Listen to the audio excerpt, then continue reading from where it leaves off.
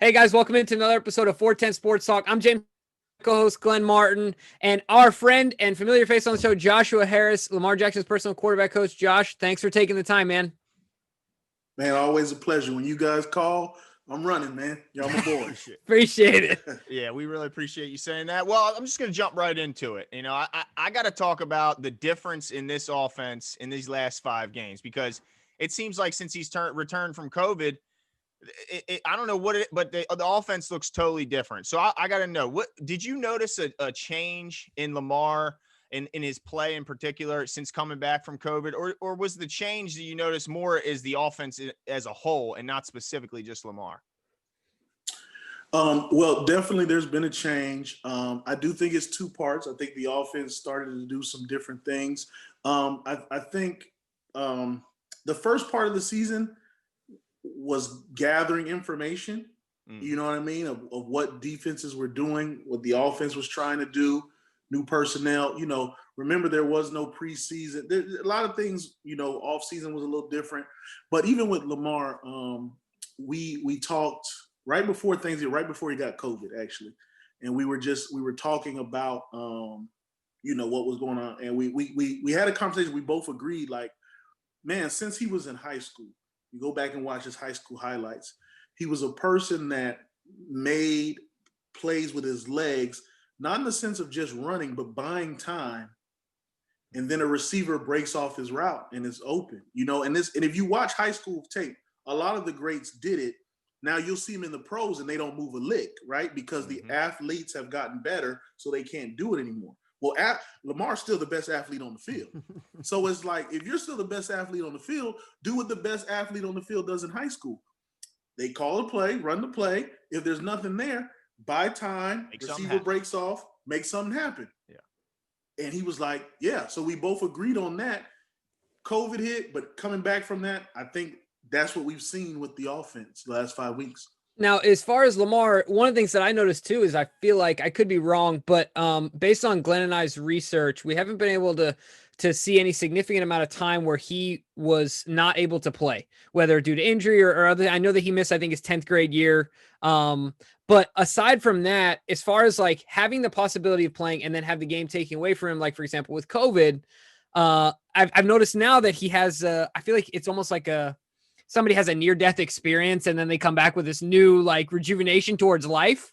I don't know, he seemed happier, lighter, just more enthralled about the game. Is that something that you think that happened due to COVID, or you think that's just something that's been going on through the season and maybe a little bit of reflection time gave him an opportunity to realize that how grateful he is for the game? Or is that something that I'm just noticing it isn't real?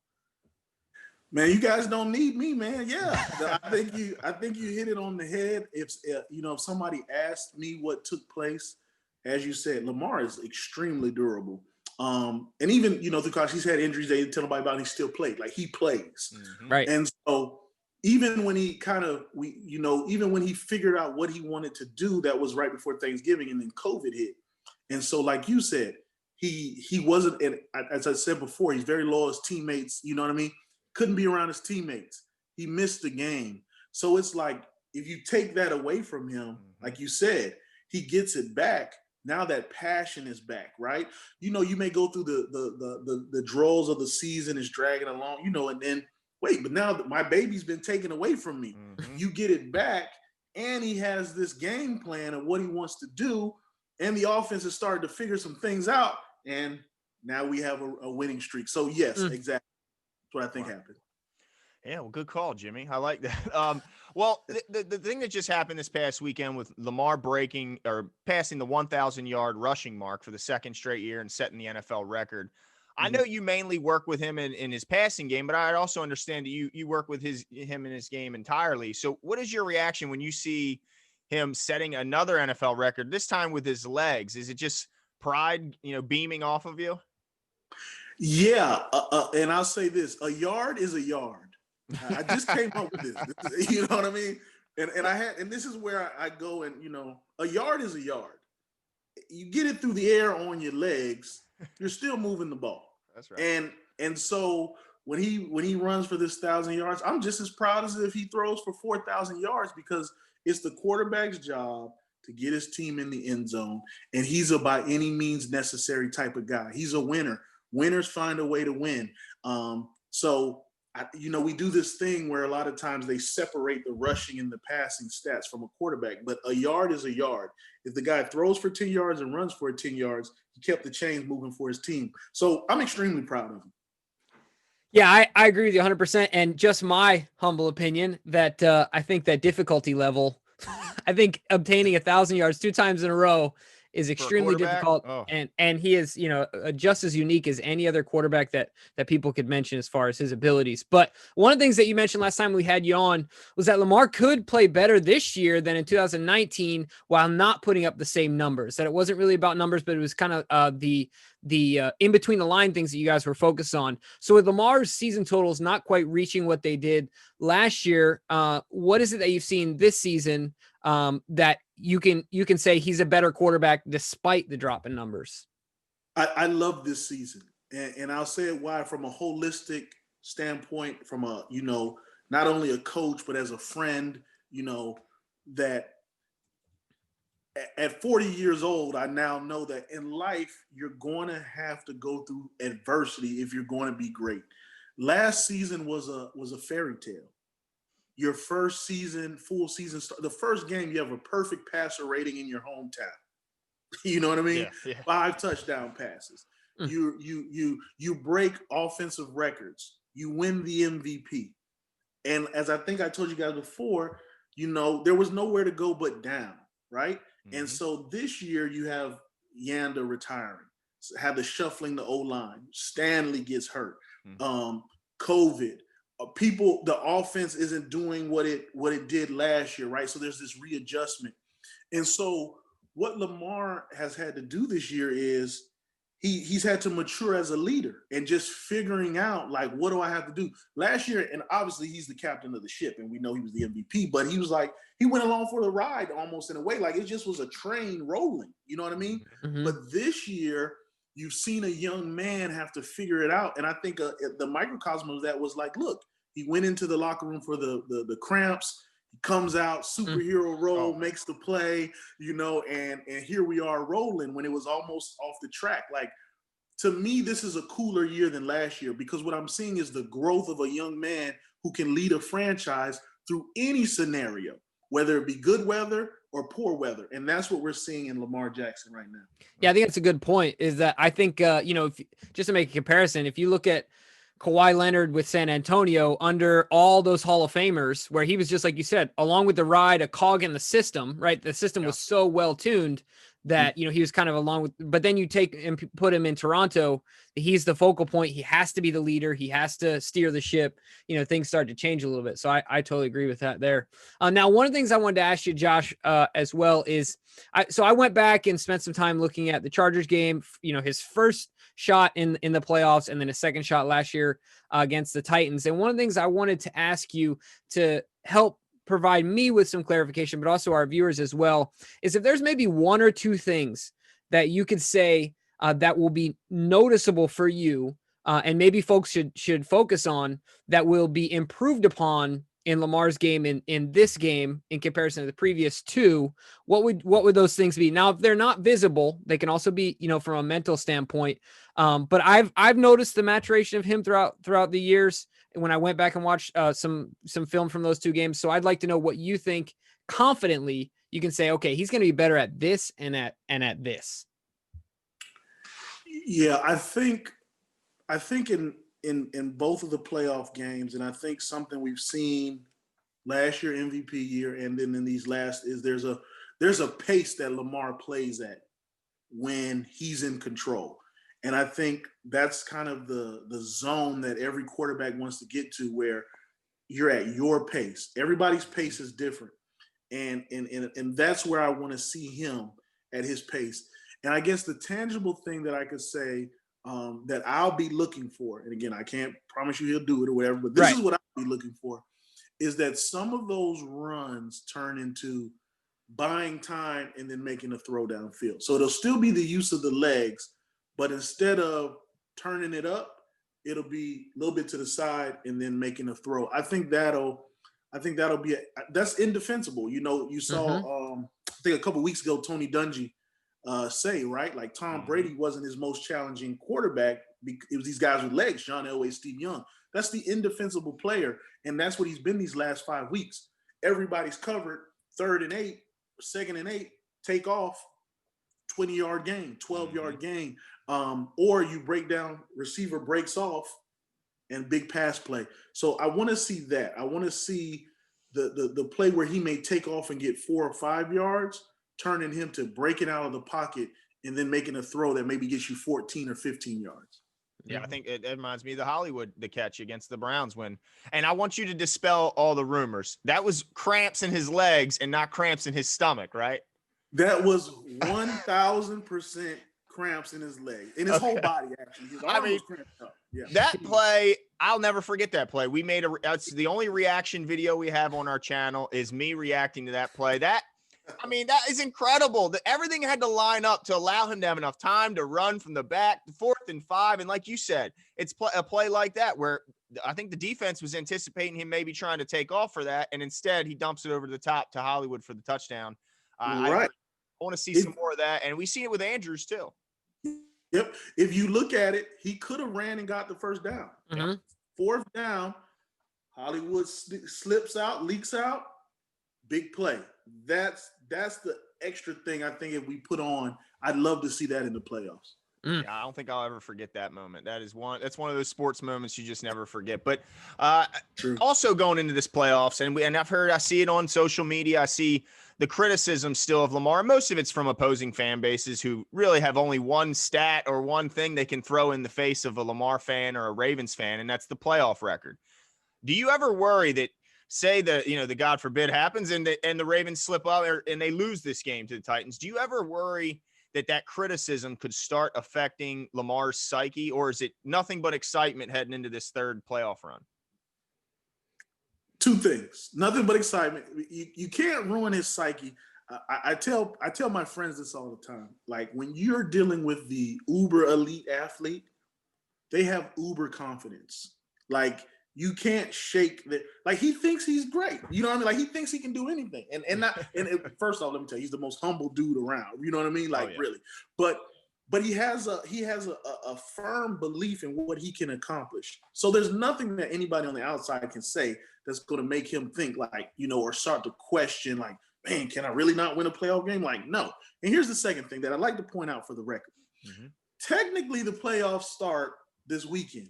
But if we're for real, the Ravens have been in the playoffs for a few weeks.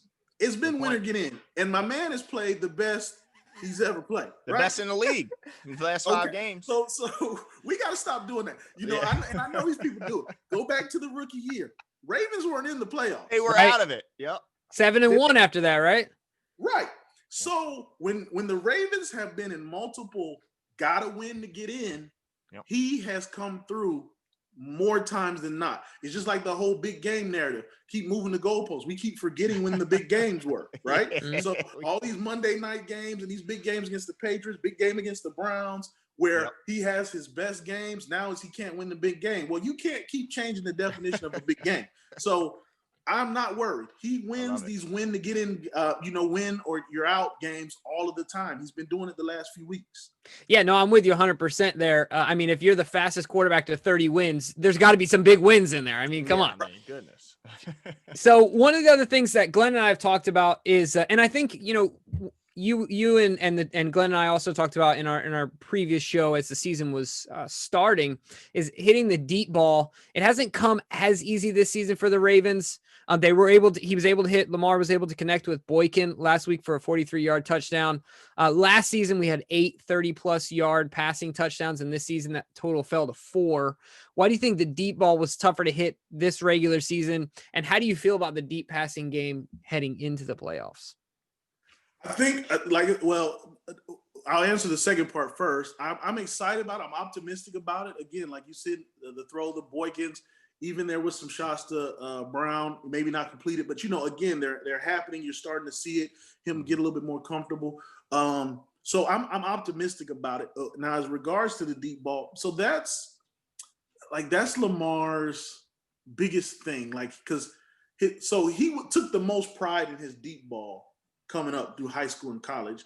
And for whatever reason in the pros, he hasn't been able to connect it like he wants to yet. And so that is something that I know he wants to get going because that's what he takes pride in. And I really just think this goes down to that truncated offseason and chemistry and just the right trajectory, knowing the speed. And, once you get into the season, man, it's like it's trying to win the game. I just think it's going to take some more chemistry off-season reps. But trust me, without a shot, if it's one thing he could get going, it's the deep ball. That's kind of his thing. He loves to throw the deep ball. And I just think it's going to take a little bit more time to work it out. But I am optimistic because I'm seeing some shots.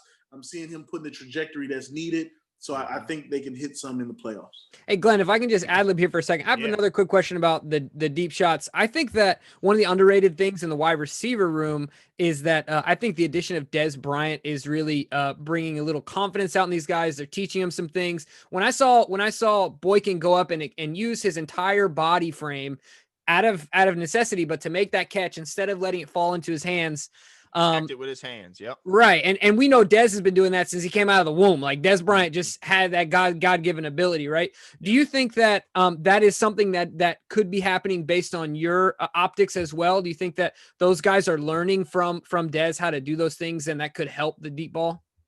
Yeah. Another point to what you're saying about that, the deep ball is so much of a chemistry between quarterback and receiver because trajectory, tracking the ball, where you like it, speed, all of these things. And if you think about it, and no disrespect to anybody, because if I may be forgetting somebody, but the Ravens receiver room is pretty young.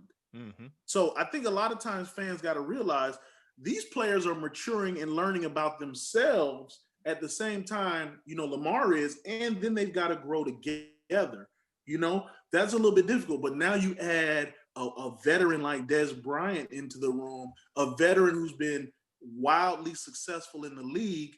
Now he can start teaching these young guys some things that they kind of may have had to try to figure out on their own. Not saying they weren't getting coached on it, but it's always different when another player can come that you may have looked up to, had his poster on your wall, start showing you doing some things. So I think you're seeing that. And I think that's what a lot of times fans forget about, that these people are humans on their job. They're maturing, and everybody's maturing at a different pace. So the receivers may be at a place that Lamar isn't at, and vice versa. And they're now all trying to get on that same page. And I think Dez Bryant is a great addition. Yeah, no doubt. He gets me pumped up. And I'm excited about the deep passing game because I think you touched on it earlier. That one to Hollywood, I think 9 times out of 10, Hollywood catches that ball. He is a fantastic tracker of the deep ball, and that hit him in the shoulder pad. I feel like it was a good throw. Yeah. So I like our chances if that same situation arises again. I think he pulls it down. But one area I want to talk to you about, Josh. This is maybe of all the impressive statistics that Lamar has achieved, which is many. I mean, it's unbelievable. The list just keeps growing. The one that blows my mind the most is now Lamar has 47 passing touchdowns to 0 interceptions in the red zone. I mean, that is just it blows. And I'm not even including his rushing touchdowns, which we know he has a bunch of those too. Right. So what all goes into being such a great red zone quarterback, and what is it that's unique to Lamar that helps him to be so effective in what most consider to be the most difficult place to throw the ball? Yeah, the red zone is very difficult because you usually have to make a quick decision. You got to be precise, and I think that's where you see quarterbacks get turnovers because they either wait too long or they make a quick decision that's wrong. Right. And so to have this 47 and 0 is like, whoa, but this is where I'm not surprised with Lamar. One thing I told y'all this early in our relationship, that I've never seen a person that when I say, I bet you can't, or this is for the money, right? Yeah. He is perfect all of the time. What is the red zone? For the money. Yep. Like this is, so what I'm saying is this ain't no skill. This ain't nothing Coach Josh taught him, you know what I mean? Or any other coaches. This is what's inside of him. When it is for the money, I have never seen a person get more focused. So this stat in the red zone doesn't shock me, because if we're at practice and we've been out there for 3 hours and I come and I say, I bet you 10 push-ups you missed this ball. He might have missed the last 10, and I'll be like, bro, you suck. I bet you missed this one. All of a sudden, he will rip a bullet right through, and I'll be like, wow. It never fails. So that's him. That's so awesome. We're going to pass that on to Harbaugh. Just tell him you're terrible right before a big play. You're terrible, Lamar. You can't do this, man. It's impossible. Are you kidding me? He's a whiz. No, I think that's awesome. One of the things that like you said, the psyche of a guy is so important, especially in the red zone where you can start to get skittish, start to not be able to trust your eyes and things like that. And so that's great to hear out of Lamar. But one of the other things that we have been hearing lately is in one of Lamar's recent interviews, he talked about focusing on the details. So one of the questions that a couple of questions that Glenn and I wanted to ask you about is, what do you think he's referencing when he's referring to the details? Like, can you elaborate there? What might Lamar specifically be thinking about? Like, is it his footwork? Is it his hand placement? Something of that nature? Or what do you think he's referencing? Yeah, I think it's all of that. I think one of the things that I think people may not realize, like with a quarterback, and I may have said this before, but I spoke to Tom House, who is Tom Brady, Drew Brees, Matt Ryan's quarterback coach. And he said, man, my most insecure quarterback is Tom Brady, right? And what he meant by that was he's meticulous about his fundamentals. He's always practicing. Do I have my hand up right? Did I do this?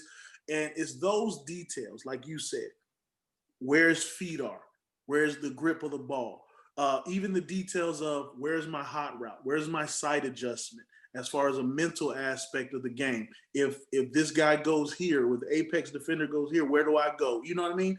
Those are the details that you want to do, because in the game, when it's live, it's kind of just, man, what do I see? Let me make it happen.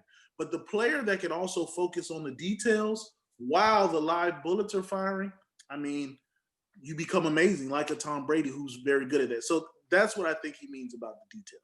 Yeah, that's a good point, because I remember when Tom Brady, just a few months ago before the season, when he was in that big golf match with Phil Mickelson and Peyton Manning, Phil said a funny story. He said that, man, this guy, Tom Brady, not only did he come out and practice and play, 36 holes of golf, I saw him in the parking lot doing wind sprints and quarterback drills with his spikes on still. I mean, this guy never stops working. So, yeah, that's another trait I think is amazing about Lamar, is that, and all the greats. The greats have the God-given talent, but then they pair that with the work ethic that Lamar has. And I think that's only going to lead to more and more success. Hey, Josh, one of our patrons on the show, Tony Thornton, wanted us to ask you a specific question about the spread run offense we've been seeing lately. Does it help Lamar continue to develop the passing game with the offense being more spread out?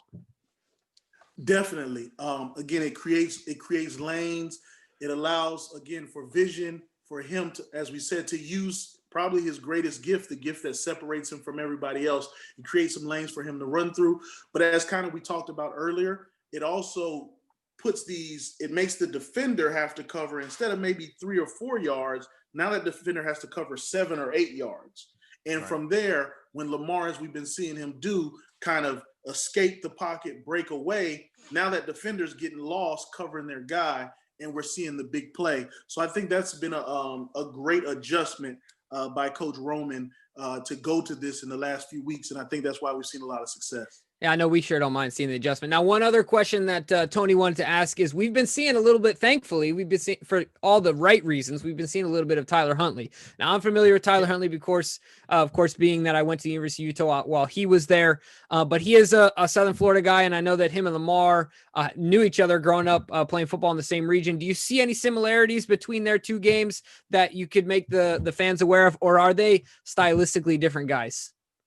No, they're very similar, and I mean, I think that's why the Ravens brought him in as an undrafted free agent. First of all, I didn't know you went to Utah. That's right. Utah a couple times. Pac-12, baby. Yes. Now I'm a little mad y'all throw up the U a little bit. I'm a university. That's right. But we'll talk about that off air. All right, but yeah, no, I think Tyler and Lamar are very similar. It's funny that like I said, come from the same area. Tyler was he was like the Florida Player of the Year, and he was another guy who was mobile but worked very hard on being able to use his arm, as you saw at the University of Utah. So I think it's a great fit where he does have some legs, some wheels. You saw him run after, who's that, J.K. Dobbins? Mm-hmm. You saw his wheels on that. Mm-hmm. But he wants to throw the ball. So I think it's a great fit. Yes. But now I got to ask you about your excitement level going into this. I got to know, where are you playing? Because you're a Ravens fan now. I see the shirt. Where do you plan on, and how do you plan on watching this big game on Sunday? At my house, I have an 80-inch screen. Dang.